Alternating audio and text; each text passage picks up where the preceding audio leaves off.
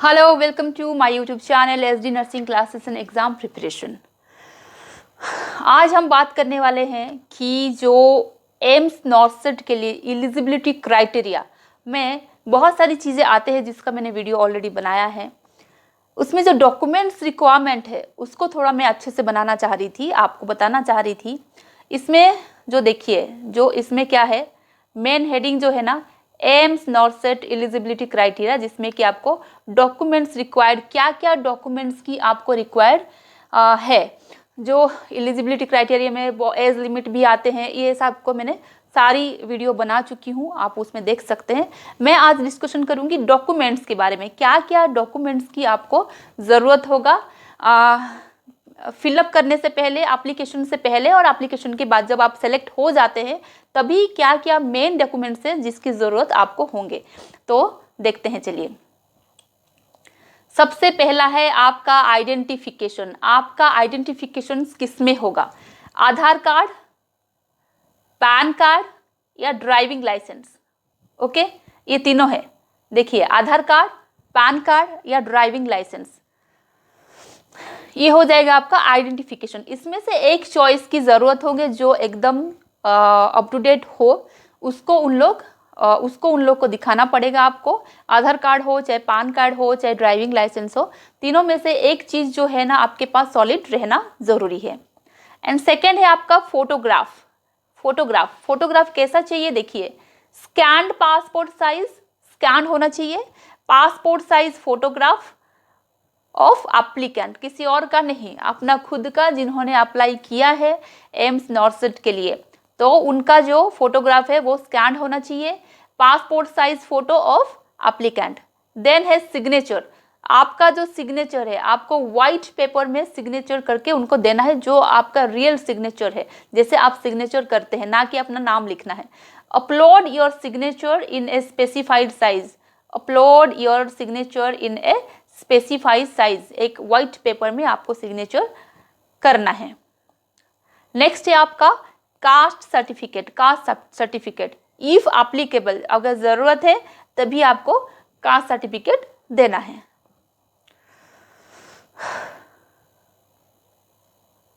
Then है आपका educational qualification, means आप क्या है, आपका एजुकेशनल क्वालिफिकेशन क्या है, उसका प्रूफ देना है आपको। जैसे कि eligibility for RN RM means registered nurse, registered midwifery का जो नंबर है, RN नंबर है, ये बहुत बड़ा आपका जो है सर्टिफिकेट है, इसका रजिस्ट्रेशन आपको दिखाना है और ये जो नंबर है ये इंपॉर्टेंट है, RN नंबर। ठीक है, ये हो गया आपका एजुकेशनल क्वालिफिकेशन।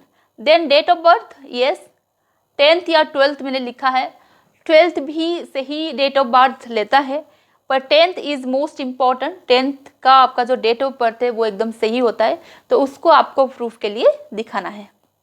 देन है आपका एक्सपीरियंस। आपका एक्सपीरियंस का सर्टिफिकेट अगर ज़रूरत है, इफ़ एप्लीकेबल अगर ज़रूरत है तभी आपको देना है। अगर आप GNM है, मैंने लिखा है, फिर भी 2 years का एक्सपीरियंस आपको दिखाना ही है, जो 50 बेडेड हॉस्पिटल में काम किए होंगी और जो हॉस्पिटल रिकॉग्नाइज्ड होगा स्टेट नर्सिंग काउंसिल आज वेल आज INC से नहीं भी होगा तभी चलेगा, बट स्टेट नर्सिंग काउंसिल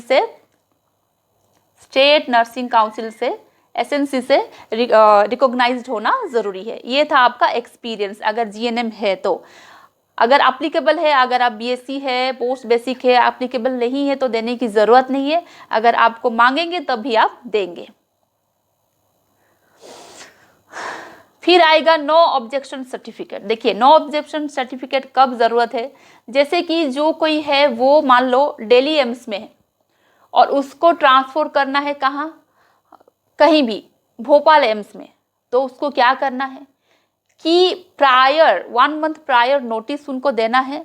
और म्यूचुअल जो होता है ना,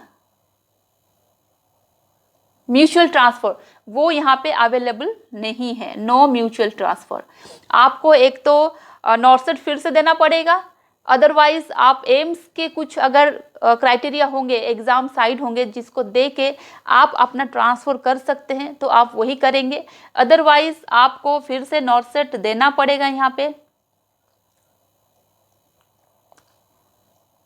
एंड देन आपका प्रायर इन्फॉर्मेशन, जो प्रायर आपने जो नोटिस दिया होगा, आपको नो ऑब्जेक्शन सर्टिफिकेट मिलेगा और आप जिसमें जाना चाहते हैं, जिस ब्रांच में जाना चाहते हैं एम्स के, उसमें आपको आपका जो नो ऑब्जेक्शन सर्टिफिकेट देना है, फिर आपका वहीं पे ज्वाइनिंग होगा। ऐसा है, अगर नो ऑब्जेक्शन सर्टिफिकेट का यही रूल है, राइट।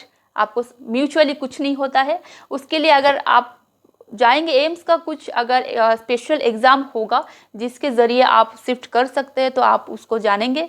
अदरवाइज़ आप फिर से आपको नॉर्सेट देना पड़ेगा, उसके बाद ही आप क्या है दूसरे एम्स में आप जा सकते हैं। अपना नो ऑब्जेक्शन सर्टिफिकेट उनको दिखाएंगे तभी वहाँ पे आपका ज्वाइनिंग होगा।